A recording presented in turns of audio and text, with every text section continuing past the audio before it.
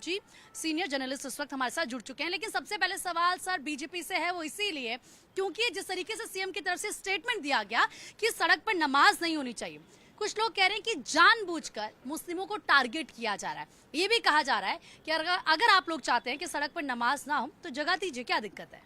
देखिए, सड़क पर नमाज बिल्कुल नहीं होनी चाहिए, किसी सूरत में नहीं होनी चाहिए। और ये आज इलेक्शन के टाइम पे नहीं, ये तो बहुत पहले कह दिया था मुख्यमंत्री जी ने कि सड़क पर नमाज नहीं होनी चाहिए। सड़क रास्ते बंद करने के लिए नहीं है, सड़क चलने के लिए हैं। और जहां नमाज होगी वहां रास्ते बंद हो जाएंगे। तो मुख्यमंत्री जी ने साफ संदेश दिया है कि सड़क पर कोई बैठकर नमाज नहीं करेगा।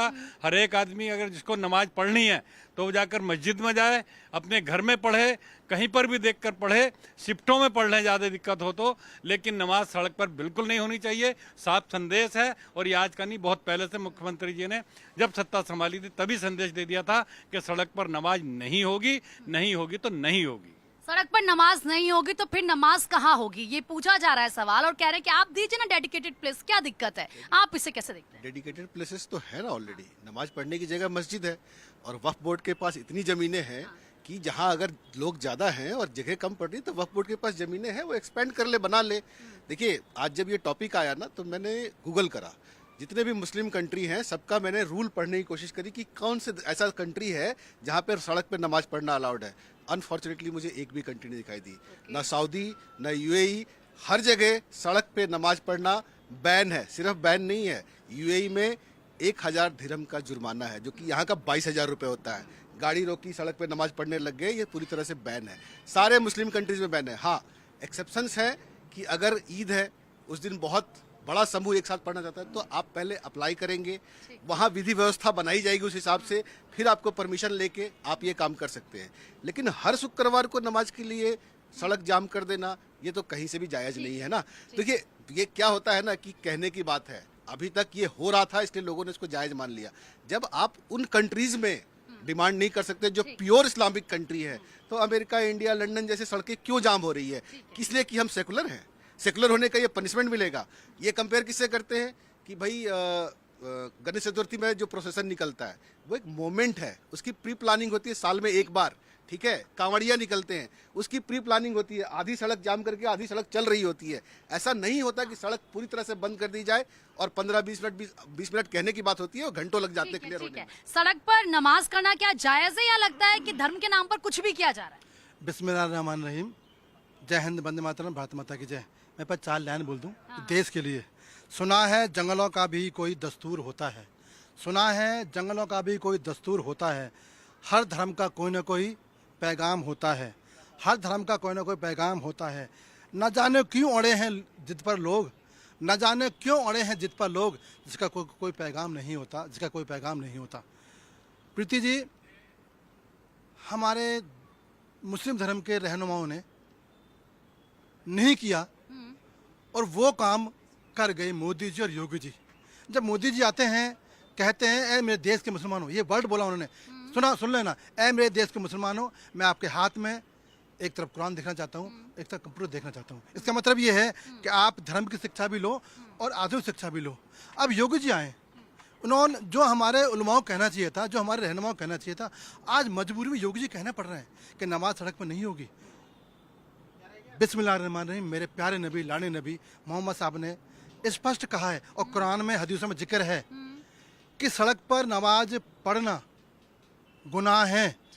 जो मार्ग में आवाजाही बाधित हो, जिस नमाज से लोग परेशान हो, जिस नमाज से लोगों को आपत्ति हो, वो नमाज जायज़ नहीं है। ये मेरे नबी ने कहा है, ये मेरे मोहम्मद ने कहा है, ये मेरे प्यारे आका ने कहा है। और एक बात और कह दूँ, हदीस और कुरान, क्या मुसलमान, आपके चैनल के माध्यम से पूछ रहा हूँ मैं उन उलमाओं से, उन रहनुमाओं से जो चाहते हैं कि हम मुसलमान के रहनुमा हैं, बताओ मेरे देश के रहनुमाओं, क्या हम कुरान, क्या हम हदीस ज़मीन में पढ़कर, रास्ते में बैठ के पढ़कर या फिर सड़क पर पढ़ सकते हैं? नहीं पढ़ सकते। नमाज वही तो है और नमाज इबादत है।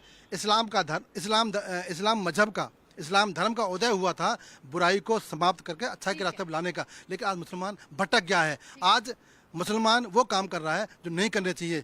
जहाँ पर इस्लाम वहाँ बुराई नहीं, जहाँ बुराई वहाँ इस्लाम नहीं, ये पैगाम देता है मेरे मोहम्मद साहब ने। ठीक है, मतलब जब सड़क पर नमाज की बात आती है और कुछ लोग उसे सपोर्ट भी करते हैं, जो मुस्लिम स्कॉलर हैं हम उनके स्टेटमेंट को सुनते हैं, क्या ये नहीं लगता कि लोगों को बरगलाने की कोशिश की जा रही है? सड़क पर तो सबका अधिकार है, सबको चलना है, नमाज करेंगे तो चलेंगे कहाँ से?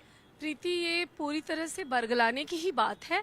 और अगर हम इसको एक एजुकेटेड पर्सन की तरह देखें और अंतर्राष्ट्रीय परिप्रेक्ष्य में देखें तो 56 इस्लामिक कंट्रीज हैं, और जैसा कि अभी पहले हमारे एक वक्ता ने कहा है, किसी भी इस्लामिक कंट्री में ये अलाउड नहीं है कि आप सड़क पर नमाज पढ़ेंगे। दूसरी चीज क्या है, ये एक डिसिप्लिन का मामला है, जो एक नागरिक डिसिप्लिन होता है, जो हमें सीखना चाहिए, जो हमें खुद ही इस चीज की तालीम लेनी चाहिए कि हम ऐसी कोई हरकत ना करें जिससे किसी भी तरह की अव्यवस्था फैले। ये हमारी अपनी नैतिक जिम्मेदारियां हैं। और रही बात की जो स्कॉलर्स इसे प्रमोट कर रहे हैं, वो अपनी राजनीति सेक रहे हैं, वो एक अच्छी चीज को, एक अच्छे संस्कार को, एक अच्छी तमीज तरबियत को बढ़ावा नहीं दे रहे हैं। वो कहीं ना कहीं इसमें अपनी कोई ना कोई पॉलिटिकल इश्यूज को तलाश कर रहे हैं, वो अपने लिए कुछ अपने वोट एजेंडाज बना रहे हैं। तो हमारी पब्लिक को ये देखना है, हमारा देश, जिसे हम हमेशा कहते हैं कि हमारा एक धर्मनिरपेक्ष राष्ट्र है। अच्छा, हमारे यहाँ कितनी सारे धर्म को फॉलो करने वाले लोग हैं।